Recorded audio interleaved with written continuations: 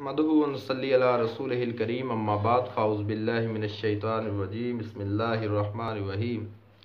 دوستو، آج کے اس ویڈیو کے اندر میں آپ کو حدیث رسول صلی اللہ علیہ وسلم کی روشنی کے اندر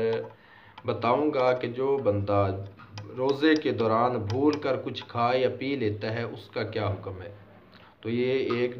یا سوا منٹ کا کلپ ہے، اس کو پورا سنیے گا، انشاءاللہ تعالی علم کے اندر اضافہ ہوگا، اللہ رب العالمین آپ کو اجر بھی دیں گے۔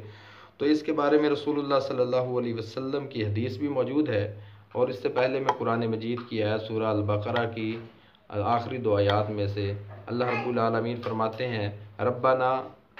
ربنا لا تؤاخذنا ان نسینا او اخطانا، اے اللہ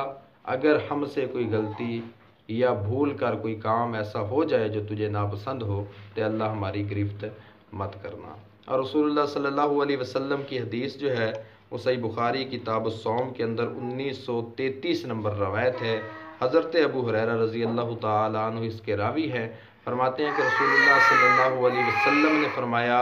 کہ جو بندہ روزے کے دوران بھول کر کوئی چیز کھا لے یا بھول کر کوئی چیز جو ہے پی لے تو وہ اپنے روزے کو شام تک پورا کرے، اس کے روزے پر کوئی حرج نہیں آئے گی۔ جو کچھ اس نے کھایا ہے یا جو کچھ اس نے پیا ہے یہ اللہ نے اس کو کھلایا ہے، اللہ نے اس کو پلایا ہے، اس کے اندر اس کا کوئی قصور نہیں ہے، تو وہ اپنا روزہ مکمل کرے شام تک۔ یعنی ایک بندہ وہ سو کر اٹھا ہے یا اس کو یاد ہی نہیں ہے، اس کے ذہن کے اندر نہیں ہے کہ اس کا روزہ ہے، وہ بھول کر کوئی چیز کھا لیتا ہے یا بھول کر پی لیتا ہے، کھانے کے دوران بھی اور یا کھانے کے بعد اس کو یاد آتا ہے کہ میرا تو روزہ تھا،